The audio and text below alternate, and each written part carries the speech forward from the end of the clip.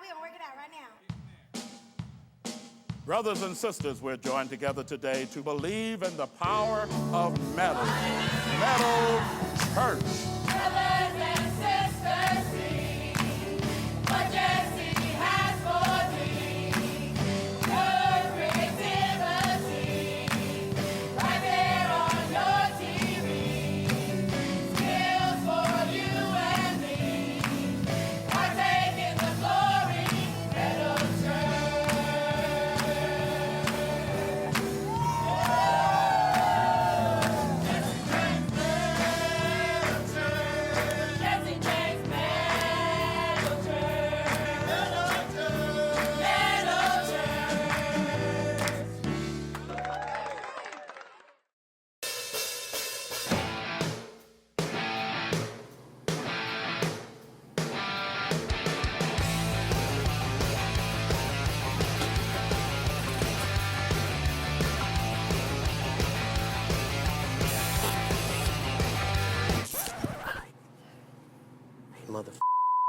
The ground just hopped. Felt like sparks come out my fingers. It's the high frequency. It like knocked me on my. Oh, look at. The ground came loose. Woo. I'm awake now. I hate getting shocked. It's like my least favorite thing ever.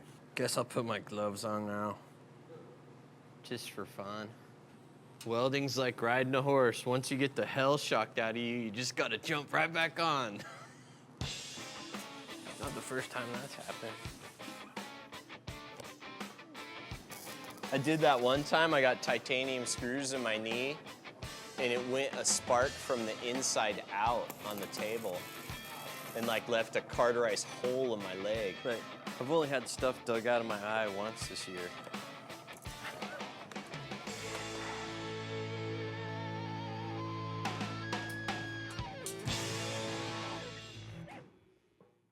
After welding the tunnel to the bottom panel, drill a hole at the top of the tank for the gas cap.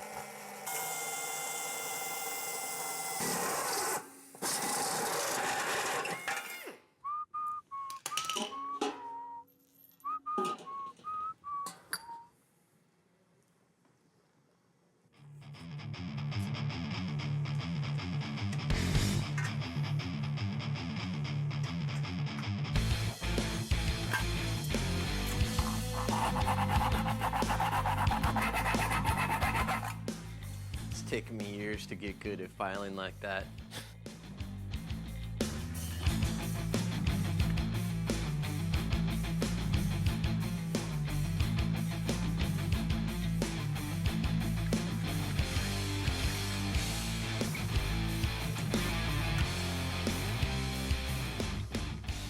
I'm gonna throw a tack on it with just some alloy steel, just to hold it.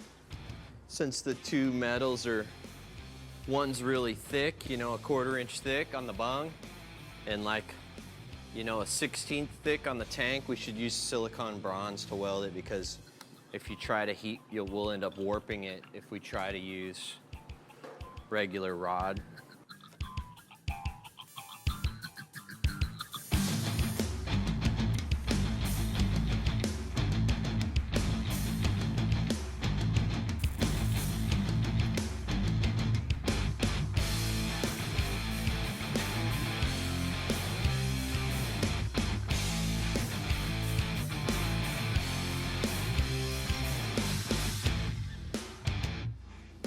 Yeah, all just 18 gauge cold roll steel, the cheapest kind, you know. Like Steve said, he uses that AK steel, but that stuff's expensive. I think I'm still, can't get the swap meter out of me. It all does the same thing.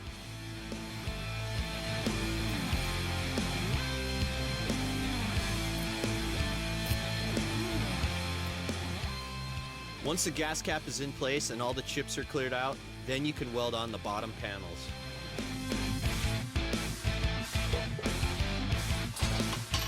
I think we'll block sand it a little bit, and then we'll Scotch-Brite it and see where we're at. I think we're pretty close to being done. Basically do this just to dress it. Make it have like a presentable finish. Make it look like we cared about what we were doing. And maybe hide all the work we did. People come up, ooh, how'd you make that?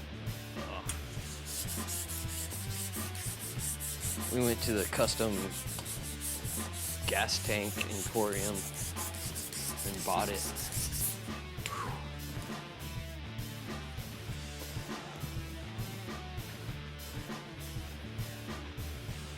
I'm not trying to remove any material, just trying to give it a universal finish.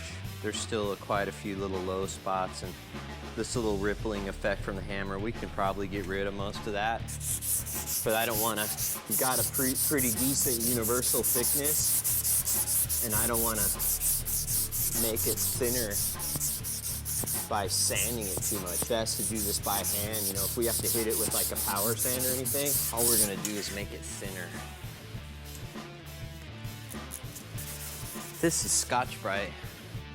We're just putting a texture on it. Block sand it with some 50 grit and then, or 40 grit, and then doing this just double checks our work to make sure we don't have any giant low spots or high spots that would take too much body filler to fill. You know, this is a guide to see if we did a good job.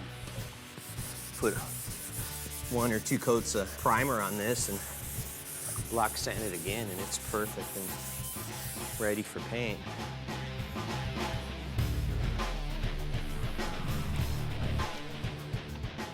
Yeah, I think it looks cooler without paint.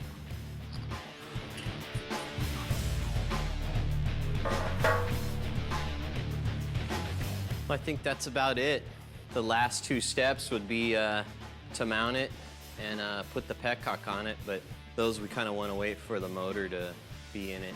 The last step I would say is, I definitely recommend, is to send it out and have it professionally sealed and pressure tested.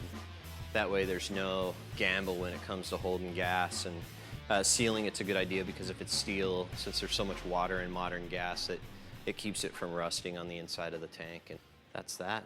Cool. It's pretty amazing that this started out as a couple pieces of flat metal. Then we hammered it into submission, welded on it a bit, hammered it some more, stuck it on a frame, and voila, it's a gas tank. A motorcycle gas tank is one of the many things you can make with metal. With a little bit of inspiration and a lot of faith, you can make anything in the metal church.